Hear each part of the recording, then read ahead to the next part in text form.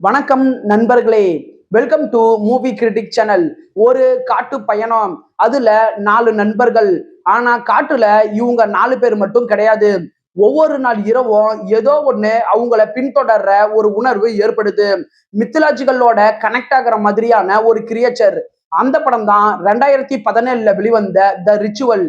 இந்த படம் எப்படி இருக்கு, வாங்க ரிவ்யூக்குள்ள போலாம். படத்தோட கதை அப்படின்னு பார்த்தா, படத்தோட ஆரம்பத்துல ஹீரோவோட ஃப்ரெண்டான ராப் இறந்து போறாரு. 6 மாசத்துக்கு அப்புறம் ஹீரோ தன்னுடைய நண்பர்கள் 3 பேரோட சேர்ந்துகிட்டு இறந்து போனவருக்கு அஞ்சலி செலுத்தணும் அப்படிங்கிறதுக்காக காட்டுல ஒரு ட்ரெக்கிங் ஒண்ணு போறாரு. ஆரம்பத்துல ட்ரெக்கிங் நல்லா தான் போகுது. கொஞ்ச நேரத்துக்கு அப்புறம் இவங்க 4 பேருமே ஒரு ஷார்ட்கட் ஒண்ணு எடுக்கிறாங்க. உள்ள போக போக மரத்துல வித்தியாசமான சிம்பிள்ஸ அவங்க பாக்குறாங்க. அது மட்டும் இல்லாம ஒவ்வொரு நாள் இரவும் ஏதோ ஒரு மர்மமான கிரியேச்சர் வந்து அவங்கள பயமுறுத்த ஆரம்பிக்குது. இதுக்கப்புறம் அந்த கிரியேச்சரால என்னென்ன பிரச்சனைகள் ஏற்படுது, நண்பர்களுக்கு எந்த மாதிரியான கனவுகள் வருது, கடைசியா அந்த காட்டுல இருந்து தப்பிச்சது யாரு அப்படின்னு சொல்றதுதான் படத்தோட மீதி கதையே. படத்தோட பாசிட்டிவ்னு பார்த்தா, ஸ்வீடிஷ் காட்டோட அழகு மற்றும் பயங்கரத்தை இவங்க அட்மாஸ்பியர்ல செட் பண்ண விதம் நல்லாவே இருக்குது. மித்தலாஜிக்கல் இன்ஸ்பிரேஷனை படத்துல நல்லாவே கையாண்டிருக்கிறாங்க. படத்துல வர அந்த கிரியேச்சரோட டிசைன் நல்லாவே இருக்குது. கிரியேச்சர் வர ஒவ்வொரு காட்சிகளையும் பார்க்கும்போது ஹாரர் காட்சிகளுக்கு அது ஒரு நல்ல ட்ரீட் அப்படின்னு சொல்லலாம். இந்த படம் 1.5 மணி நேரம் தான் இருக்கு. குயிக்கா உங்களால பார்த்து முடிக்க முடியும்.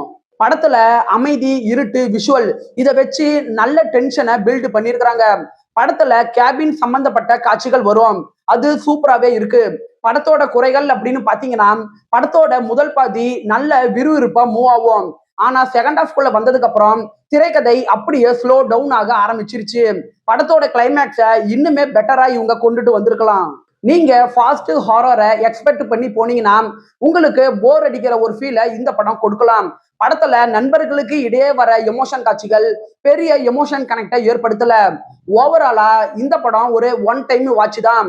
10க்கு 6.5 ரேட்டிங் கொடுக்கலாம். விருப்பப்படுறவங்க பாருங்க. படத்துல அடல்ட் கண்டென்ட் அப்படின்ட்டு பெருசா எதுவுமே கிடையாது. இந்த படம் தமிழ் டப்பிங்ல கிடையாது. அத நான் தெளிவா சொல்லிடுறேன். இந்த படம் நெட்ஃபிளிக்ஸ்ல இருக்கு. விருப்பப்படுறவங்க பாருங்க. என்னுடைய ரிவ்யூ உங்களுக்கு பிடிச்சதுன்னா மறக்காம லைக் பண்ணி சப்ஸ்கிரைப் பண்ணுங்க. வேற ஏதாவது படத்தோட ரிவ்யூ வேணும்னா அந்த படத்தோட பெயரை கமெண்ட்ல பதிவிடுங்க. நாம வேற ஒரு வீடியோல சந்திக்கலாம். அது வரைக்கும் நன்றி, வணக்கம்.